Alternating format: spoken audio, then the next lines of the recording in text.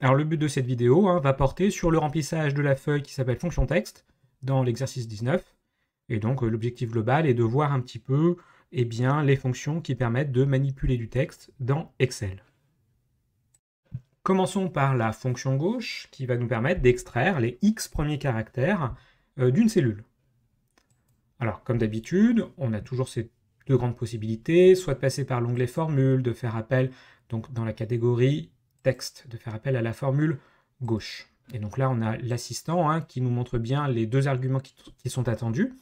L'argument texte, en fait, qui est la cellule qui contient la suite de caractères. Et ensuite, le deuxième argument, c'est le nombre de caractères qu'on veut récupérer. Et donc, dans cet exemple, on souhaitait récupérer les 3 premiers caractères.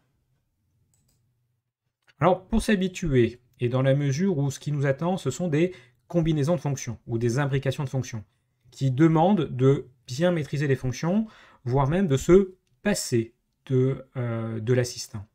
On voit la solution autre qui consiste à l'écrire, donc de mettre égal, de faire appel à la formule dont on a besoin, et puis de toute façon on retrouve quand même une aide qui est bien pratique, à savoir donc premier argument, l'argument de la cellule qui contient les caractères, et le deuxième argument, toujours le même, c'est le nombre de caractères que l'on souhaite récupérer.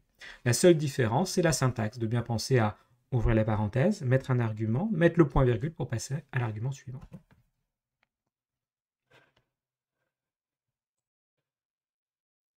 Le rôle de la fonction droite, c'est de récupérer les X derniers caractères. En fait, ce sont exactement les mêmes arguments que la fonction gauche. La différence, c'est dans sa fonctionnalité. Ici, c'est de récupérer les derniers caractères. Donc, je vais faire appel à la formule droite, avec comme argument la cellule qui contient les caractères et le nombre de caractères qu'on souhaite récupérer.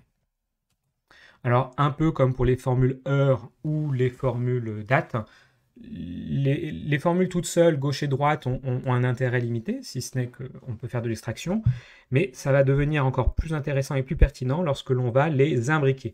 On va pouvoir résoudre des situations problèmes, notamment dans les pré-traitements de bases de données. Alors, pour compter les caractères, vous avez la fonction nbchar. Donc le but, c'est de connaître combien il y a de caractères dans une cellule. S'il y a des espaces, il compte les espaces.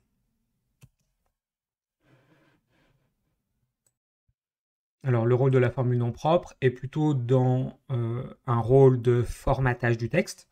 En l'occurrence, c'est d'obtenir une première lettre en majuscule et tout le reste du contenu en minuscule. Donc là, la difficulté finalement n'est pas forcément technique. À chaque fois, il n'y a qu'un seul argument ou 2 grands maximum. Et puis, le nom de la fonction est suffisamment explicite. Donc là, en l'occurrence, quand même, il faut bien retenir que nom propre égale première lettre en majuscule, le reste en minuscule. Alors, un peu plus intéressante, la formule STXT, alors plus intéressante du point de vue pédagogique, puisqu'elle demande de maîtriser un peu plus d'arguments.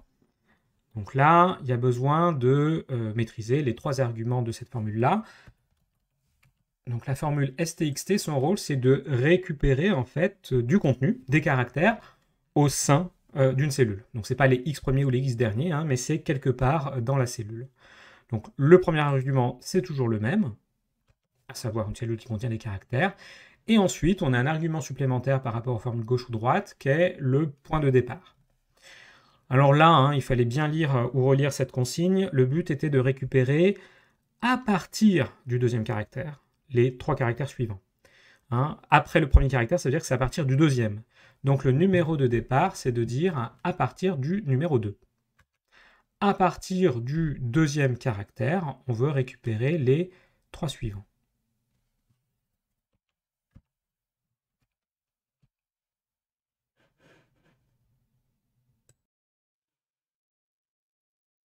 Alors, pour les fonctions majuscules, minuscules.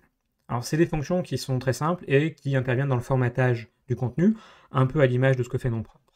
Comme son nom l'indique, majuscule, c'est pour mettre du texte en majuscule. Donc, l'intérêt ici était de partir donc d'une cellule où le contenu est soit mixte ou soit seulement minuscule. Donc là, en l'occurrence, c'était un mot qui était en minuscule.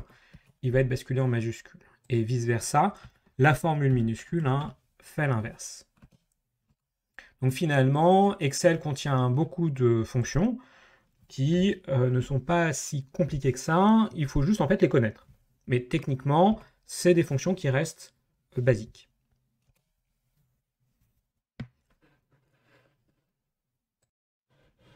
Alors toujours dans notre pérégrination de fonctions texte qui permettent de manipuler du texte, le rôle de la formule concat. Alors la formule concat en fait c'est la version la plus récente d'une fonction qui est relativement ancienne dans Excel, qui est la formule concaténée. Donc la fonction concaténée revient à faire une fonction concat. Concat en fait c'est à partir des versions 2013. Donc désormais on utilise concat, mais si vous utilisez concaténée, ça marche également sur les versions donc récentes d'Excel ou les plus anciennes. Donc le rôle de concat, comme son nom l'indique, c'est de concaténer du contenu, c'est-à-dire de prendre des contenus qui sont dans des cellules séparées pour les réunir au sein d'une même cellule. Donc là, dans l'exemple, il s'agissait de réunir le mot prénom suivi du mot nom. Et le but était de mettre un espace entre ces deux contenus. Donc là aussi, je vais utiliser la version écrite et pas la fonction qui est disponible dans texte. Je vais donc rédiger la fonction concat. Donc, premier argument, c'était de prendre la cellule qui contient le prénom. Et ensuite de mettre un espace. Et donc là, littéralement, c'était de mettre guillemets, espace, guillemets, puisque c'est la technique pour faire afficher du contenu. En l'occurrence ici, de faire afficher le texte espace. Troisième et dernier argument, c'était le nom.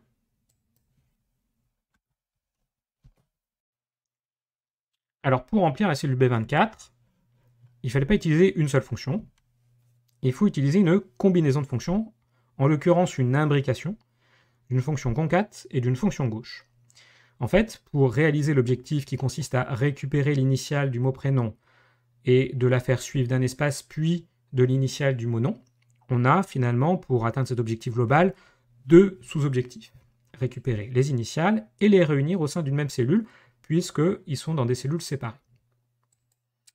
Alors, pour la rédaction, eh bien, comme objectif final, la première chose avant tout, c'est de réunir du contenu qui sont dans des cellules séparées, c'est de faire appel à la formule concat. Je ne veux pas récupérer le mot en entier, donc je ne vais pas cliquer dans la cellule, mais je veux récupérer l'initiale. C'est pour ça que je vais faire appel ici à la formule gauche.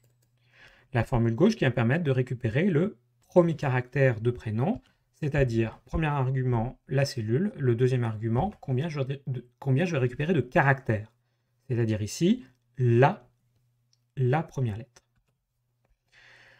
Je ferme ma parenthèse, j'ai bien récupéré mon P, et la suite, en fait, c'est de mettre un espace. Donc là, je retombe dans ma formule concaténée pour passer à l'argument suivant, point virgule, et donc un espace, on l'a vu dans l'exemple précédent, consiste à faire afficher un espace. Je passe au troisième et ici dernier argument, qui est de récupérer le n de nom.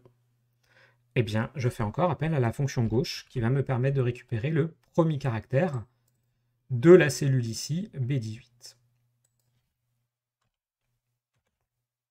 Je ferme la parenthèse de la fonction gauche, et je dois penser également à fermer la parenthèse finale de concaténer. Alors, petite variante, puisque là on voit qu'on a une minuscule et une majuscule, si on veut faire tout apparaître en minuscule, ou à l'inverse, tout en majuscule.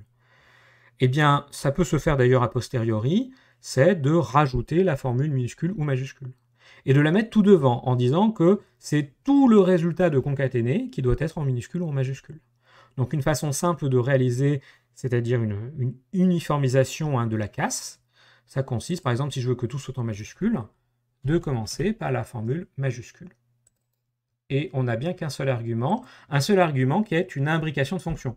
Donc bien penser à ouvrir la parenthèse, qui contient l'argument qui est en fait une imbrication d'argument, et je pense bien à fermer la parenthèse finale. Et donc j'obtiens bien un D majuscule.